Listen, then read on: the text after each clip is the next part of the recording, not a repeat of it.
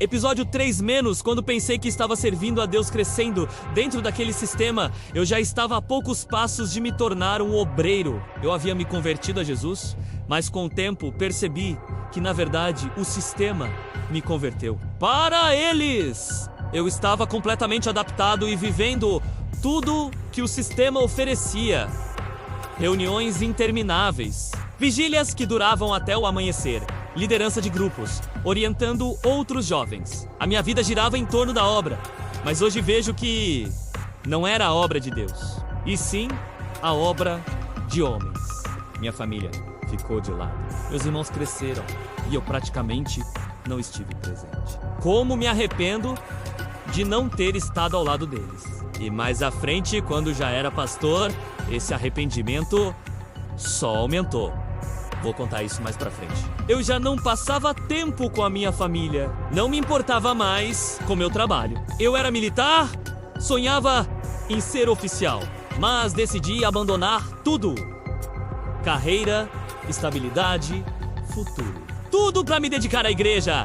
Não pensava em outra coisa. O meu prazer, minha energia, meu foco era estar ali. Servir, estar disponível, ser reconhecido.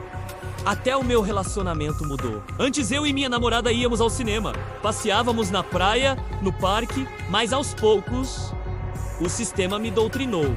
E aquelas coisas foram ficando para trás. Passei a cuidar das evangelizações com os jovens. Ficava até de madrugada carimbando folhetos, preparando material, planejando ações. E eu estava tão obstinado em ser um obreiro que cheguei a comprar o uniforme antes mesmo de ser levantado oficialmente.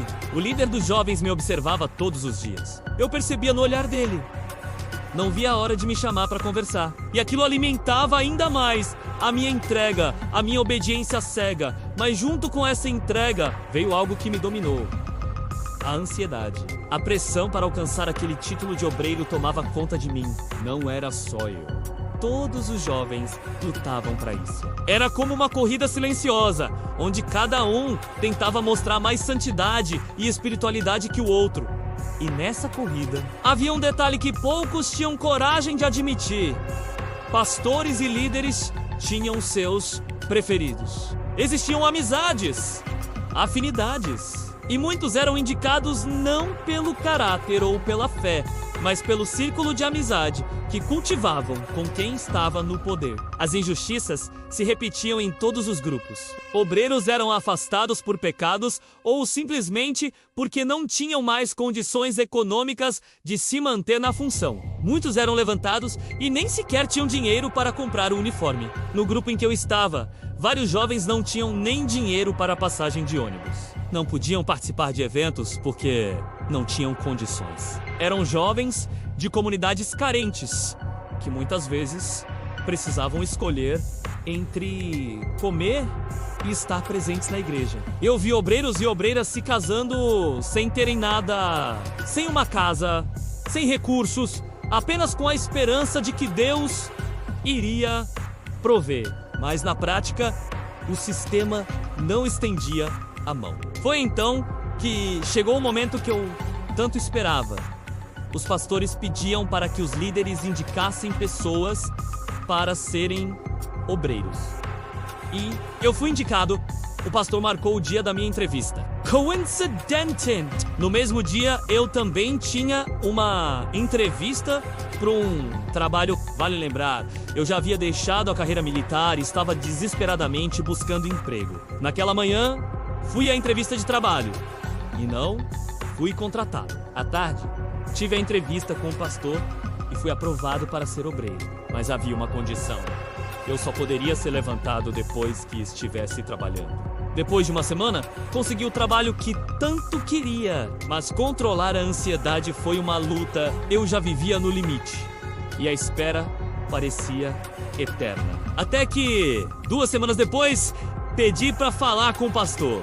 Contei que já estava trabalhando. E aí, finalmente, a próxima etapa começou a se desenhar. E no meio de tudo isso, minha reconciliação com minha namorada aconteceu. Não foi a igreja que fez isso, foi a minha fé. Ela viu minha mudança e decidiu voltar a frequentar.